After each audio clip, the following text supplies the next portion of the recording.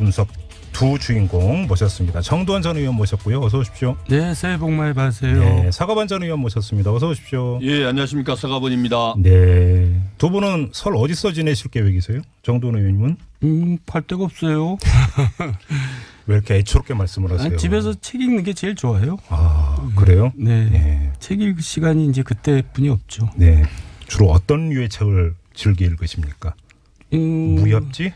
역사서를 많이 읽죠, 아무래도. 아, 역사서? 네, 시간 가는 줄 몰라요. 아, 그러시구나. 사과반 의원님은? 저는 바쁩니다. 지금 순천에서 일주일째 계속 있다가 또 TBS 출연하려고 이 방송 때문에 오늘 아침에 새벽에 올라와서 그런데 끝나고 다시 내려가시고. 그렇습니다. 야, 내려가실 때 고생하실 것 같다. 표 끝났습니다. 네, 내려가실 때 저희 그 TBS 교통 특집 방송과 함께 해주세요. 기차 타고 갑니다. 네. 아쉽다. 교통통신으로 활약해 주시면 좋은데. 네. 아, 그럴 걸 그랬네요. 그러니까. 미리 줬으면 제가 또 이게 얼마나 좋은 팁이야. 네. 아쉽네요, 정말. 아쉽습니다. 네.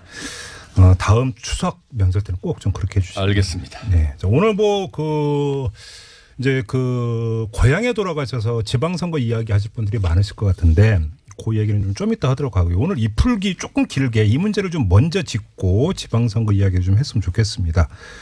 이분에게는 이번 설 명절이 별로 달가울 것 같지가 않은데 며칠 전에 저희도 이제 계속 전해드렸습니다만 검찰이 새로운 사실을 밝혀냈습니다. 삼성전자가 다스의 미국 소송 비용을 대납을 한 혐의를 잡고 압수수색을 벌였습니다.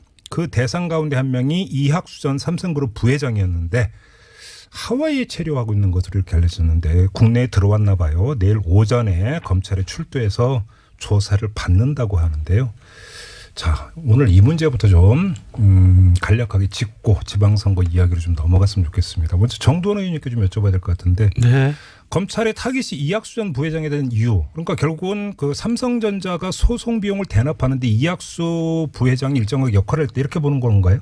그 당시 이학수 전 부회장이 이제 실세였죠, 삼성에. 네네.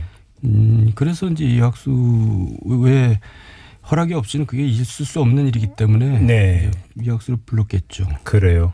자, 그러면 그냥 그 세간의 그 어떤 합리적 의심에서부터 질문을 드릴 수밖에 없는데 삼성전자가 아무 연고도 없는 다스라고 하는 조그만 회사한테 소송 비용을 대납해 줬을 리는 없고 네. 결국은 당시 이명박 대통령을 염두에 두었기 때문에 소송 비용을 대납해 준 게 아니겠느냐. 네. 이게 좀 합리적 의심 아니겠습니까?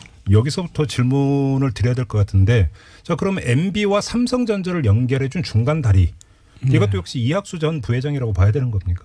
저는 별로 그렇게 안 보고요. 사실 제 아는 한도 내에서는 MB하고 이학수와의 무슨 관계가 네. 평소에 이렇게 있었던 것 같지는 않았고 예. 기사에 보면은 이제 천신일 전 세무회장 지금 네. 세무회장이죠.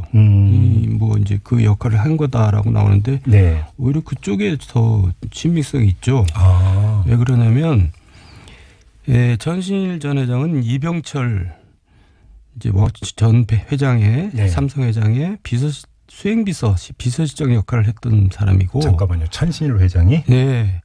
그리고 이제 이건희 회장하고는 이제 동갑이고 친구 사이입니다. 네. 제가 알기로는. 예. 그리고 또 어떻게 또 연결이 되냐면 MB하고 천신일 회장은 또 절친한 사이죠. 그렇죠. 친구로 알려져 있고. 고대 동기고 이렇게 돼가지고. 예. 그러니까 이제 서로 동갑이고 친구의 친구 그러니까는 뭔가 이제 이쪽이 더 연관성이 있어 보이지 않아요? 그러니까 이명박 당시 대통령과 이건희 삼성전자 회장의 중간역 다리로 그러니까 연결해 준 사람이 천신일 회장일 가능성이 높다 이렇게 보시는 거네요. 증거는 없지만 이제 그런 이제 유추가 가능하다는 얘기죠.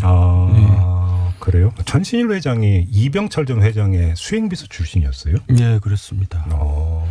보도를 보니까 그 세종나무인가요? 그 천신일 회장의 그 관광 회사 삼성 임직원이 해외 나갈 때 거의 이 물량을 그 세종나무에서 다 거의 싹쓸이하다시피 다 수주를 받았다고 이런 보도가 있더라고요. 그룹의 여행 대행사나 마찬가지고요. 또 기업이 여러 개 있습니다. 그거 하나만 있는 게 아니라. 네. 되게 굉장히 중견 기업이죠. 그러면 이학수 부회장 같은 경우는 그러니까 사실 중간다리 역할은 천신일 회장이 한 거고 이학수 부회장 같은 경우는 대납 어떤 삼성전자 안에서의 그 결정과 집행 여기에 관여했을 가능성 이렇게 보시는 거네요.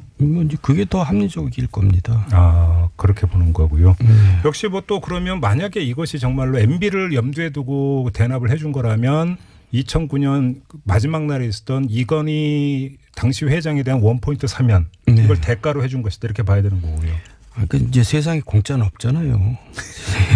저도 살면서 여태까지 공짜인 줄 알았더니 나중엔 다 대가가 있더라고요. 모든 일이. 근데 이제 그게 이 대가였는지 무슨 대가였는지 그건 이제 검찰이 파악해 볼 문제고 입증할 문제고요. 어쨌든 그때 이건희 전 회장 단독 사면을 했는데 굉장히 이제 의외였죠. 그리고 소송이 끝나자마자 또 바로 뭐 얼마 시간도 안 있어서 바로 그렇게 사면을 했고. 근데 뉴스의 세계 속에서 이렇게 방송을 진행하다 보니까 별별 꼴을 다 보는데요, 사실. 돈 받고 그래서 소송 비용 대납의 조건으로 특사를 해줬다면 돈 받고 특사해 준 거라고 치면 세상에 이런 일이 어디 있습니까? 뭐 치면 없어 모든 일이 다 가능한 얘기죠. 근데 어쨌든 아니요. 그때 이제 이런 얘기도 또 이제 명분 내걸었어요. 그때 우리가 평창 올림픽 물론 그랬죠. 유치할 때 IOC 위원이었잖아요. 그때 유일한 IOC 위원이죠. 김은용 전 회장은 그때 물러난 상태였는가 그랬고. 네 맞아요. 그래서 이제 그 역할을 해야 되기 때문에 이제 사면을 한다 그런 명분이 있었는데 그런 면도 또 없지 않아 있었겠죠. 근데 어쨌든 그때 이제 굉장히 무리한 사면이라는 건 사실이고. 그렇죠. 근데 저는 그때 의아스러웠던 게 언론에서 또 아무도 무리하다고 그렇게 언론에서 그러지 않았어요. 그래서 야 삼성의 위력은 정말 대단하구나. 왜 언론은 가만히 있었을까요? 다 뭐 광고 때문이지 않겠어요. 그러니까요. 이재용 부회장에 대한 집행유예 판결이 나고 나서도 다수의 언론이 가만히 있더라고요. 그렇죠? 그럼 그것도 삼성의 위력이죠. 그러니까요. 그런데 자, 그 정리를 해보죠. MB와 그 이건희 사이에서 중간다리 역할을 해준 게 천신일 회장이라 하더라도 그분이 그러면 뭐 그 해외 변호사 뭐 법무법인을 선임을 하고 소송 비용을 대납해 주는데 실무 역할을 했을 리는 없을 거 아닙니까? 그러면 실제로 이것에 실무 집행을 했던 당사자는 따로 있었을 것이다라고 하는 게 합리적 의심일 텐데. 그러니까 이학수 부회장이 직접 했겠어요. 삼성에 누가 또 했겠죠. 그러니까 그래서 관련해서 지금 사위 이야기가 나오고 있습니다. 이명박 전 대통령의 맞사위. 이상주. 지금도 이제 삼성전자에 근무하고 있는 것으로 지금 알려지고 있는데요. 올해 그러니까 검사 약간 하다가 삼성으로 들어갔죠. 오래됐죠. 그래서 저희가 그 쭉 조사를 해봤더니 이제 검사 생활하다가 2008년에 삼성 화재 해외 법무 담당으로 입사를 했다가 이 소송 비용 대납이 이루어졌다라고 하는 2009년에 삼성전자 해외 법무 담당으로 옮겨요. 근데 공교롭게도 미국에서 진행됐던 소송 비용을 대납을 해줬다라면 삼성전자 안에서의 해외 법무 담당 상무 전무를 이렇게 거쳤는데 이분이 그 실무를 진행했다고 보는 게 상식적이지 않겠습니까? 취재 되게 많이 하셨네요. 일종의 특종인 것 같은데. 근데 이제 그것도 증거는 없죠. 아니 그러니까 이력만 가지고. 이제 해석이 가능하다 이런 얘기겠죠. 그러니까요. 근데 이상주 사위가 이제 굉장히 얌전하고 이제 좀 내성적이고 그런 친구인데 또 좀 아세요? 개인적으로 아세요? 그게 잘 알죠. 이제 근데 또 의외의 역할을 또 했어요. 어떤 역할을? 실제로. 그러니까 이제 아무래도 큰 딸이고 그래서 청와대 이제 적적하니까 청와대 뭐 일정 기간 머물기도 하고 그랬어요. 잠깐만. 관저에. 이명박 대통령 시절에 청와대 관저에 맏딸과 맏사위가 같이 살았다고요? 그러니까 그건 뭐 오랜 기간은 아니었지만 한동안 같이 살았다는 이제 얘기를 되게 들었고. 아 진짜. 그러니까 싫어요 그게? 저녁 때 되면은 아무래도 이제 저 공무에 지치고 그러잖아요. 그러면 이제 손자들 보고 이제 그러느라고 이제 있었겠죠. 뭐 손주들이야 볼 수 있죠. 근데 제가 말하는데 되게 조심스러운 게 지금 MB 측에서는 저의 모든 그 얘기를 모니터링하고 있다 그러더라고요. 저번에 그 소송을 준비하고 있다고 전해주셨잖아요. 그 다음에 연락 없었어요? 글쎄, 뭐 연락은 저한테는 없고요. 저한테 무서워서 못할 겁니다. 근데 잠깐만요. 근데 의원님이 이렇게 이런 자리에서 공개적으로 발언하는 걸 다 모니터하고 있대요? 그렇다고 그러더라고요. 그래요? 그래가지고 이제 뭐 하나 걸리면 이제 걸겠다 이제 이런 얘기죠.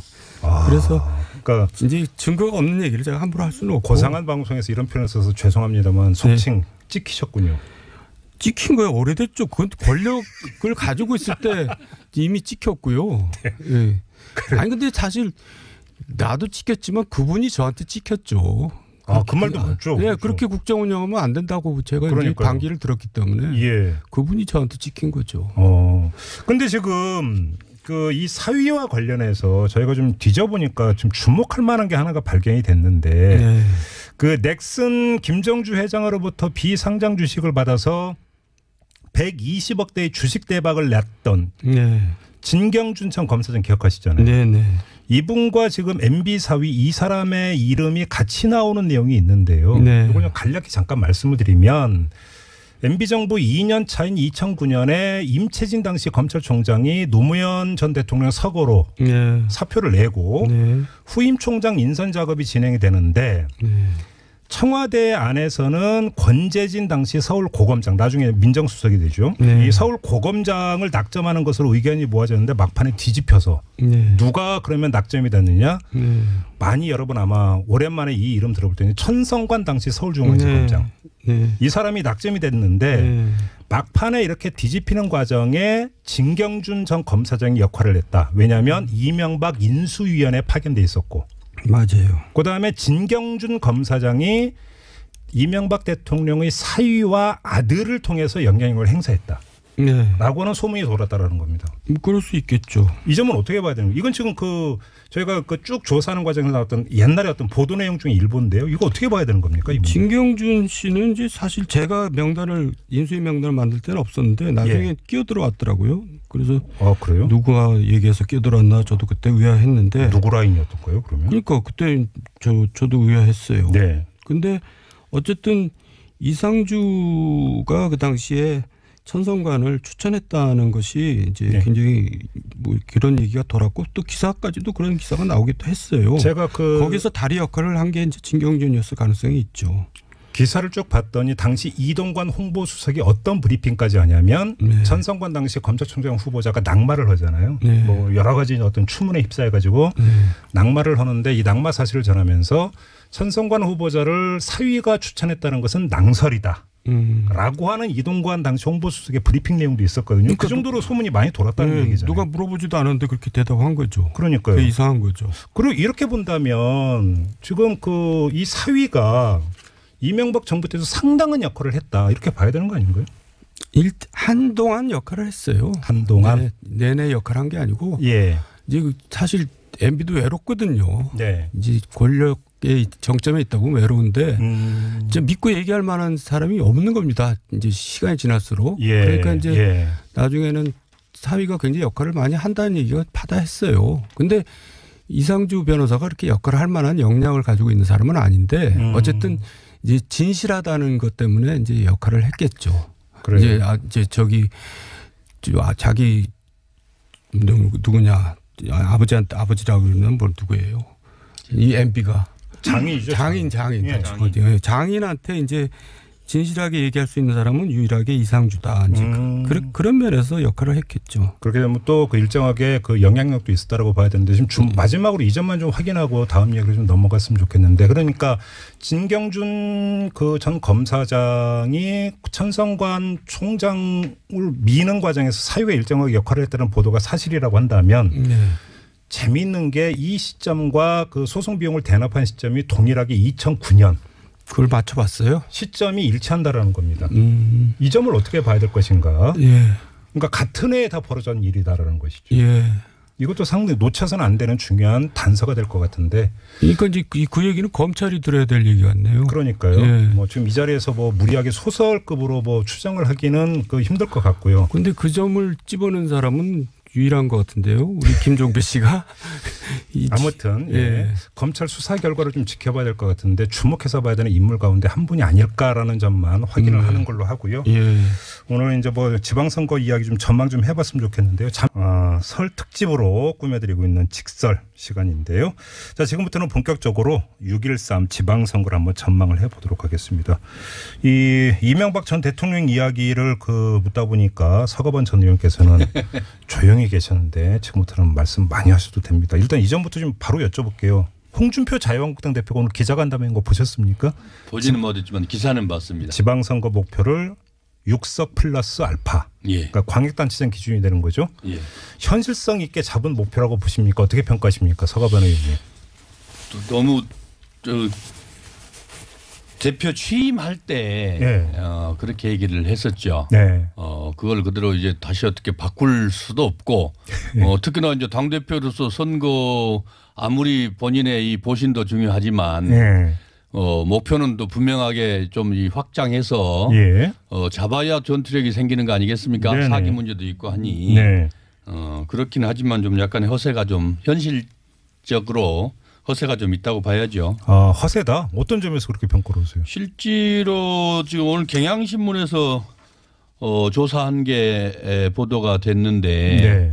서울, 대전, 충청, 광주, 전라, 대구, 경북에서 다 제주, 광원, 제주까지 권역별로 조사를 했는데 네. 실제로 자유한국당이 20% 이상 받은 지역은 강원, 제주 딱 한 군데밖에 없어요. 그래요? 예, 실제로 부산, 울산, 경남까지도 네. 15.7% 정도. 대구 경북. 대구 경북이 이제 22.8%. 예. 강원 제주가 아니고 대구 경북이죠. 대구 경북 딱 한 군데 22.8% 네. 나오고 네. 나머지는 다 네. 15% 이하대거든요. 네. 반해서 더불어민주당이 서울에서 38.7%, 그다음에 광주 전라에서 62.8%, 부산, 울산, 경남까지도 38.8대 자유한국당 15.7이거든요. 그러면 서가번 의원님께서 보시기에 현실적으로 자유한국당이 얻을 수 있는 광역단체장 자리가 몇 석 정도라고 보세요? 지금 맥시멈으로 보면은 네. 대구 경북, 그다음에 이제 경남과 울산이 경합 정도 이런 정도. 거기다 이제 거기에 이제 제주도가 조사에 의하면 제주도가 그래도 이 원희룡 지사의 네. 프리미엄이 좀 있어서 그런 정도가 지금 경합이고 확실하게 우세다 네. 얘기할 수 있는 곳은 지금 대구 경북 두 군데 아니겠습니까? 그래요? 예, 조사에 의하면. 예. 정도래 님은 어떻게 전망하세요? 저는 허세란 말에 대해서는 동의할 수가 없고 그 반대죠. 그러니까 지금 6석을 잡은 거는 현상 유지도 못하겠다는 얘기예요. 제주, 인천을 뺀 거거든요. 예. 그러니까 아주 약은 거죠. 잠깐만요. 어쨌든 제1당인데. 그 전에는 네. 그러니까 그 자리에 지키지 못하면 사퇴한다고 하지 않았었어요? 그런 얘기도 했죠. 오늘 아까 기자회견 말씀하셨는데 재미있는 그 포인트가 경남지사는 나의 재신임을 묻는 선거다 이렇게 얘기를 했어요. 그러니까 지난번 6석을 지키겠다가 그랬는데 네. 본인의 이 그 경남지사 지면은 내가 이 그 재신임에 실패한 걸로 보겠다. 재신임하지 않는 걸로 보겠다. 뭐 이런 정도인가. 경남지사 외에는 뭐 본인이 책임질 일이 아니다. 뭐 이런 얘기 아니겠어요. 상당히 그래요? 지금은 정도는 말씀대로 얕게 네. 지금 처세를 하고 있는 거죠. 그럼 홍준표 대표의 지금 이 그 워딩에 담겨 있는 속내는 뭡니까, 정도래 의원님? 그러니까 지금 이제 정치권에서 여의도 특히 야권에서는 네. 지방선거가 끝나면 홍준표는 끝난다라는 이제 얘기들이 많이 번지고 있거든요. 예. 그러니까 이제 자기는 굉장히 얕게 이제 목표를 잡아놓고 네. 이제 버틸라고 그러는 거 아니겠어요? 그러면 6석을 지금 마지노선으로 설정을 한 것으로 치고 네. 6석을 그 실현시킬 가능성은 어떻게 점치세요, 의원님은? 지금 결국은 이제 PK 지역 부울경이 문제죠. 아, 그래요? 근데 부울경에서 안 되면은 이제 그 6석도 안 되는 거고. 예. 그러니까 결국 거기가 이제 최대 이제 관심 지역이 될 거고요. 네. 저는 거기서도 잘 안 될 것 같은데요. 그러면 홍준표 대표는 사퇴 당하는 겁니까? 사퇴 당하는 게 아니라 또 뭐 어떻게 버티겠죠. 그러니까 실제로 본인이 지금 재신임 묻겠다는 경남이 네.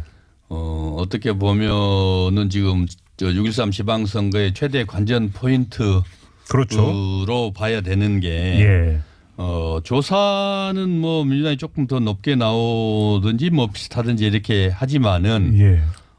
지금 경상남도의 자유한국당은 뚜렷한 후보가 지금 거론되지 않고 있거든요. 네네네. 홍준표 대표는 자기 지사 재임 시절에 한 3년 부지사 됐던 윤한홍 의원을 지금 강력 지지를 하고 있는 것 같아요. 네.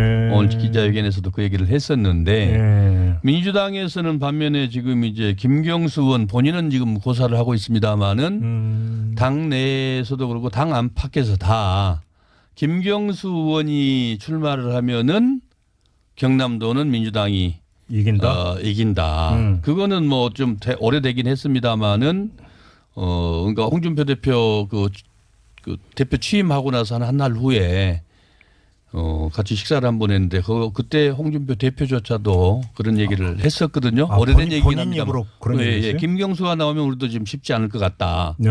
그런 얘기를 본인 입으로 그렇게 하시더라고요. 예. 제가 직접 같이 그 자리에 있었으니까 네. 직접 들은 얘기입니다만은 지금 뭐 시간이 지났다고 해서 그러면 뭐 무슨 변화가 있냐? 변화가 없거든요. 그런 측면에서 지금 이 그 부산 경남이 예. 과거에 김영삼 대통령이 3당 합당 하기 이전에는 사실 야도 아니었습니까? 그럼요. 예. 그래서 이번 지자체 선거를 통해서 네. 다시 이렇게 진보와 보수가 좀 바뀌고 세력 균형을 이룰 수 있는지 네. 이런 점들은 상당히 중요한 관전 포인트다 이렇게 보여집니다. 그러니까요. 그러니까 저희가 일전에도 이제 이걸 지방선거를 이야기하면서 최대 어떤 격전제가 되고 포인트가 되는 지역은 PK 지역이 될 그렇습니다. 것이라고 예. 그러니까 진단을 한 적이 있는데 그 흐름이 계속되고 있다고 봐야 되는데요. 정돈호 의원님 조금 전에 서가번 의원께서도 말씀을 해 주셨는데 홍준표 대표는 경남지사 선거 결과가 나에 대한 재신임과 연동이 되어 있다. 그러면 경남지사 선거에서 승리할 자신이 있다라는 뜻으로 읽어야 되는 겁니까? 어떻게 읽어야 되는 겁니까? 거기서도 과거에 급식 문제 때문에 네. 주민 소환 투표도 그랬었죠. 하고 그랬었잖아요. 예, 서명도 하고 했었죠. 근데 어쨌든 지금 6%가 알파든 몇 프로 알파든 자유한국당의 지방선거에서 최대의 적은 홍준표 대표입니다. 그분 때문에 지금 선거가 어려워지고 있지 무슨 지금 혹시 홍준표 대표는 의원님 그 방송 모니터 안 하는데요? 모니터 하겠죠. 그런데 그게 저 민심이에요. 우리가 지금 제1야당 대표가 이제 굉장히 정권의 어떤 견제 역할을 하면서 굉장히 무게감이 있어야 되는데 저런 꼴이가 되고 있잖아요. 그래가지고 야당에서 선거를 어떻게 치릅니까? 그러니까요.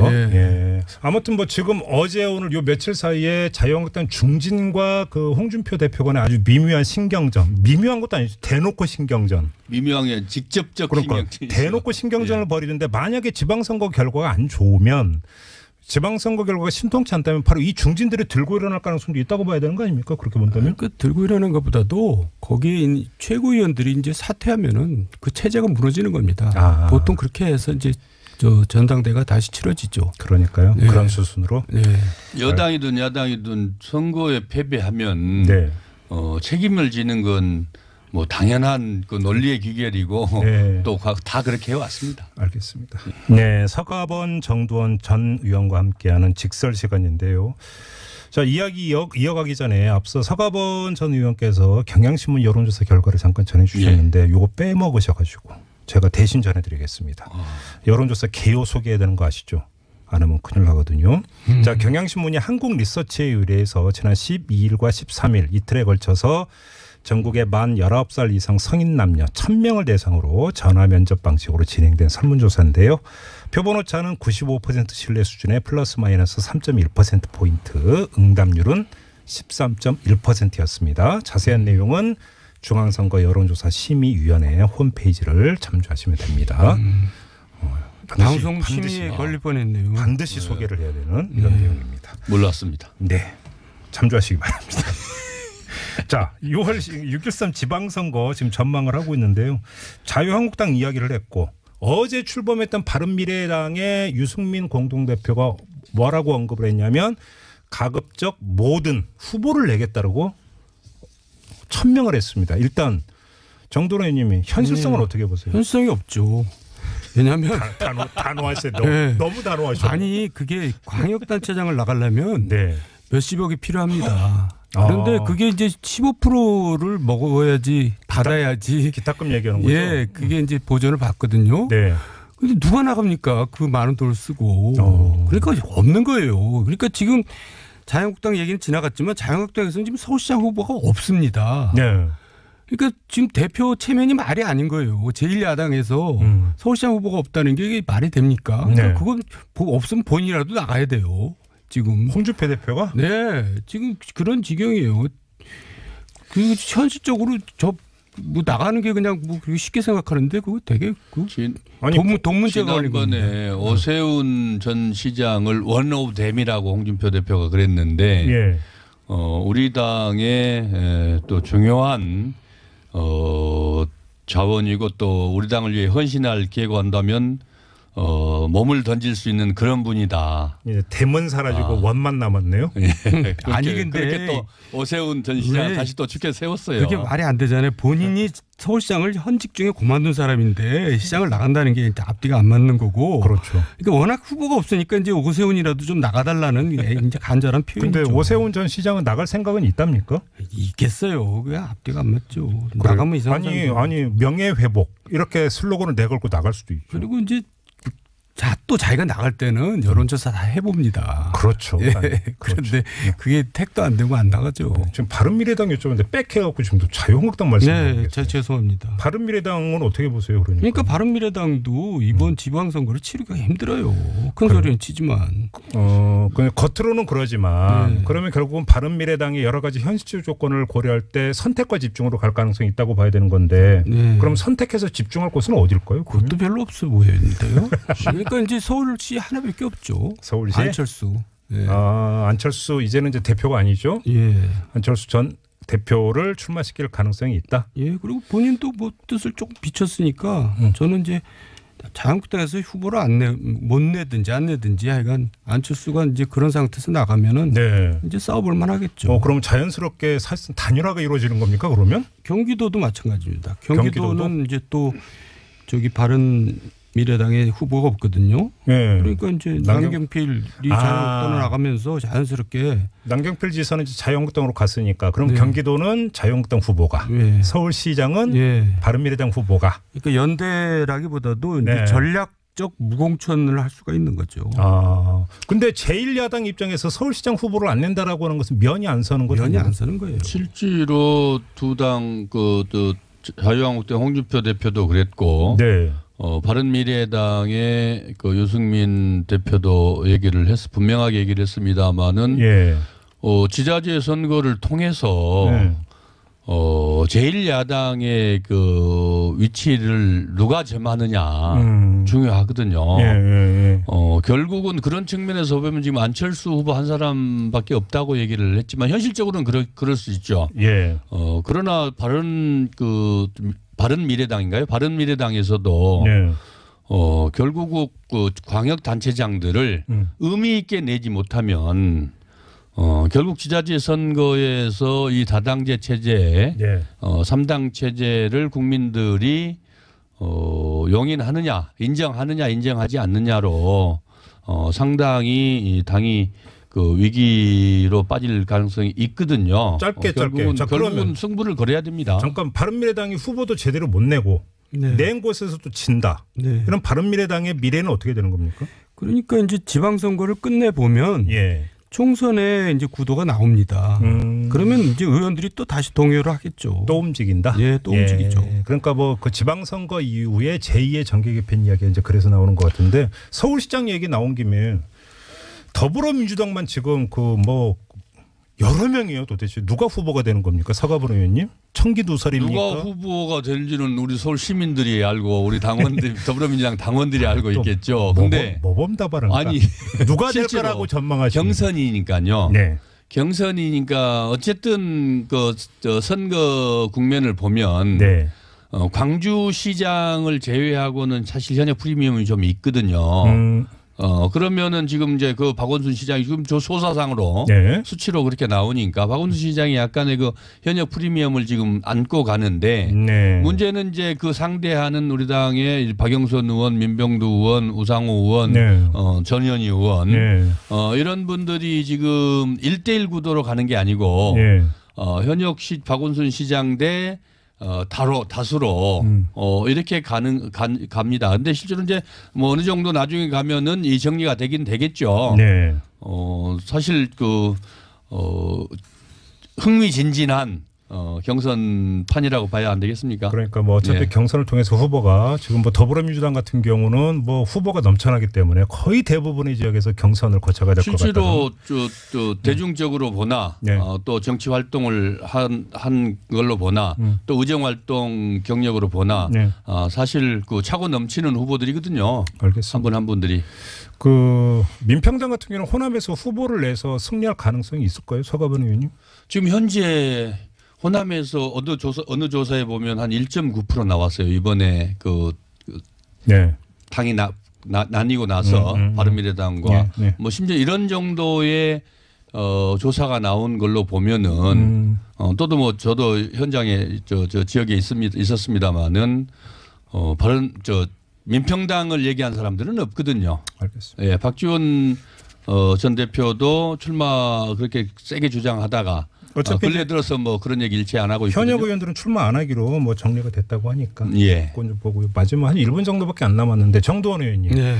지방선거 이후에 정계 개편 제 두 번째 정계 개편 가능성을 다들 이야기를 하는데 어떤 식으로 전개될 가능성이 높다고 보세요? 지금 정계 개편은 사실 정계 소 개편이었고 네. 작은 당끼리 뭐 이합집산한 거잖아요. 그건 인위적인 거고 예. 자기들끼리의 개편이고 지방선거를 거쳐가면 다 민심이 투영이 되는 거가 되는 거죠. 결국 저는 양당 구도로 이제 뭘 이렇게 정리가 될 것 같은데요. 그래요? 예. 왜냐하면 그렇지 않고서는 총선 치리가 힘들기 때문에. 그러니까 민평당은 민주당으로, 네. 바른미래당의 상당수 의원들은 네. 자유한국당으로 네. 이렇게 흡수될 것이다. 그러면 갑자기 궁금해지는데 안철수 전 대표를 비롯한 네. 그분들은 어디로 가나요? 그 왜 제가 걱정합니까? 그래서 갑자기 급 궁금해. 그래서 다들 또 의아해하고 있는 게 네. 지금 정 의원님 말씀하신 대로 총선은 의원들 개인들의 사활이 걸려 있는 문제거든요. 네. 그래서 이 지자체 선거에서 의미 있는 결과들을 내지 못하면 당락을 떠나서 결과 후보를 내서 의미 있는 득표를 하면 되거든요. 그런데 네. 그런 결과가 안 나오면 네. 심하게 흔들리고 요동칠 수밖에 없는데 그때 선택을 지금 말씀하신 대로 일부 바른미래당의 이 호남계 의원들의 고민들이 또다시 나올 수 있죠. 네. 알겠습니다. 자, 지방선거 이제 석 달 조금 남았는데요. 뭐 벌써 좀 뜨거워지는 것 같아서 저희가 그 이후에도 직설 시간을 통해서 여러 차례 다시 한번 좀 점검을 해 보도록 하고요. 자, 오늘 직설은 여기서 마무리하도록 하겠습니다. 서가번 전 의원, 정두원 전 의원 두 분과 함께했는데요. 새해 복 많이 받으시고. 네, 감사합니다. 복 많이 받으십시오. 고맙습니다.